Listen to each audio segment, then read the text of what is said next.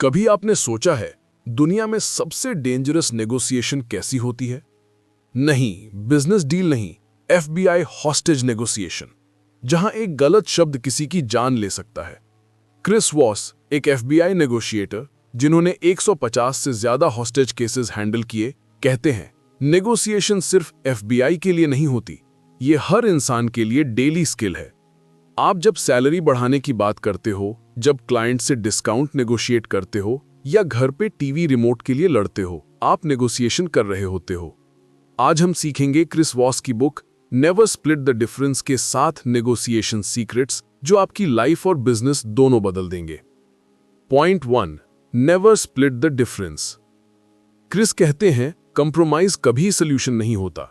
जब हम कहते हैं चलो 50-50 कर लेते हैं, हम दोनों लूज करते हैं। रियल नेगोशिएशन का मतलब होता है अपना गोल अचीव करना बिना अपनी वैल्यू सैक्रिफाइस किए। अगर आप क्लाइंट को 50,000 का कोड देते हो और वो कहता है 25 कर लो और आप 30 पे अग्री कर जाते हो, तो आप डील ले लेते हो पर रिस्पेक्ट खो देते हो। Never split the difference. Negotiate smartly, emotionally, पर अपनी वैल्यू पे स्टैंड लो।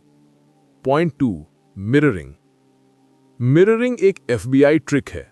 इसका मतलब है सामने वाले के लास्ट 2 या 3 वर्ड्स रिपीट करना। जैसे क्लाइंट कहता है आपके रेट ज्यादा हैं, आप बोलो ज्यादा हैं। ये सिंपल रिपीटिशन उनके ब्रेन को ट्रिगर करता है और वो खुद अपने रीजनिंग एक्सप्लेन कर देते हैं। एक बार क्रिस ने टेररिस्ट से सिर्फ मिरर करके बात की और वो खुद अपनी डिमांड कम कर गया। मिररिंग एक साइलेंट वेपन है जो ट्रस्ट और कंट्रोल दोनों देता है। Point 3, label their emotions. Negotiation में सबसे बड़ी गलती होती है इमोशंस इग्नोर करना। क्रिस कहते हैं name the emotion to tame the emotion. अगर सामने वाला गुस्सा है, बोलो लगता है आप थोड़ा फ्रस्ट्रेटेड हो। अगर वो अपसेट है, बोलो लगता है मैं अनफेयर हो रहा हूं। जैसे ही आप उनका इमोशन लेबल करते हैं, वो फील करते हैं कि आप उन्हें समझते हो, और जब इंसान समझा हुआ महसूस करता है, वो सॉफ्ट हो जाता है। एक क्लाइंट अगर बोले आप लोग हमेशा डिले करते हो, आप कामली बोलो लगता है आपको पहले बैड एक्सपीरियंस हुआ है। मूड तुरंत चेंज हो जाता है। Point 4, the power of no.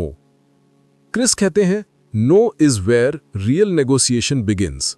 जब कोई यस बोलता है वो डिफेंसिव होता है, पर जब वो नो बोलता है वो सेफ फील करता है। अब वो अपने रियल रीजन बताता है। अगर क्लाइंट कहे मुझे इंटरेस्ट नहीं है, आप बोलो आपको लगता है ये राइट फिट नहीं है। वो खुलकर अपने ऑब्जेक्शन बताता है और वहीं से नेगोशिएशन शुरू होती है। नो से दोस्ती करो, यस अपने आप आ जाएगा। Point 5, tactical empathy. एम्पैथी का मतलब ये नहीं कि आप उनसे अग्री हो। एम्पैथी का मतलब है उनका पर्सपेक्टिव समझना। क्रिस कहते हैं एम्पैथी एक वेपन है। एक बार उन्होंने एक किडनैपर को सिर्फ एम्पैथी से सरेंडर करवा दिया। उन्होंने बोला लगता है तुम थके हुए हो और कोई तुम्हें समझता नहीं, और वो रो पड़ा। यही पावर है टैक्टिकल एम्पैथी की। आप सेल्स में भी यूज कर सकते हो। क्लाइंट बोले आपके कंपेटिटर चीपर हैं, आप बोलो लगता है आपको बेस्ट वैल्यू चाहिए, सिर्फ लोवेस्ट प्राइस नहीं। वो इंप्रेस हो जाता है। Point 6, calibrated questions. क्रिस कहते हैं क्वेश्चंस आर वेपन्स। कभी डायरेक्ट ऑर्डर मत दो। इंस्टेड ऑफ ये करो, बोलो आपको क्या लगता है हम इस प्रॉब्लम को कैसे सॉल्व कर सकते हैं। हाउ और व्हाट टाइप के सवाल सामने वाले को फील कराते हैं कि कंट्रोल उनके पास है, पर एक्चुअली कंट्रोल आपके हाथ में होता है। क्लाइंट बोले बजट हाई है, आप बोलो आपको क्या लगता है हम इस बजट को कैसे जस्टिफाई कर सकते हैं वैल्यू के हिसाब से। अब वो सोचने लगता है और नेगोशिएशन स्मूथ हो जाती है। Point 7, be ready to walk away. Chris कहते हैं he who is ready to walk away holds the power. जब आप डेस्परेट लगते हो, सामने वाला कंट्रोल ले लेता है, पर जब आप कामली कहते हो अगर ये फिट नहीं है इट्स ओके, तो सामने वाला शॉक हो जाता है। People chase what walks away calmly. Next time negotiation में ग्रीड नहीं, ग्रेस दिखाना, यही सबसे बड़ा पावर मूव है। तो दोस्तों, ये 7 लेसन्स सिर्फ नेगोशिएशन के लिए नहीं, पूरी लाइफ के लिए हैं। कंप्रोमाइज मत करो, सुनो ज्यादा, बोलो कम, नो से डरो मत, एम्पैथी को वेपन बनाओ। नेगोशिएशन आर्ग्यूमेंट्स जीतने के लिए नहीं होती, रिलेशनशिप्स जीतने के लिए होती है।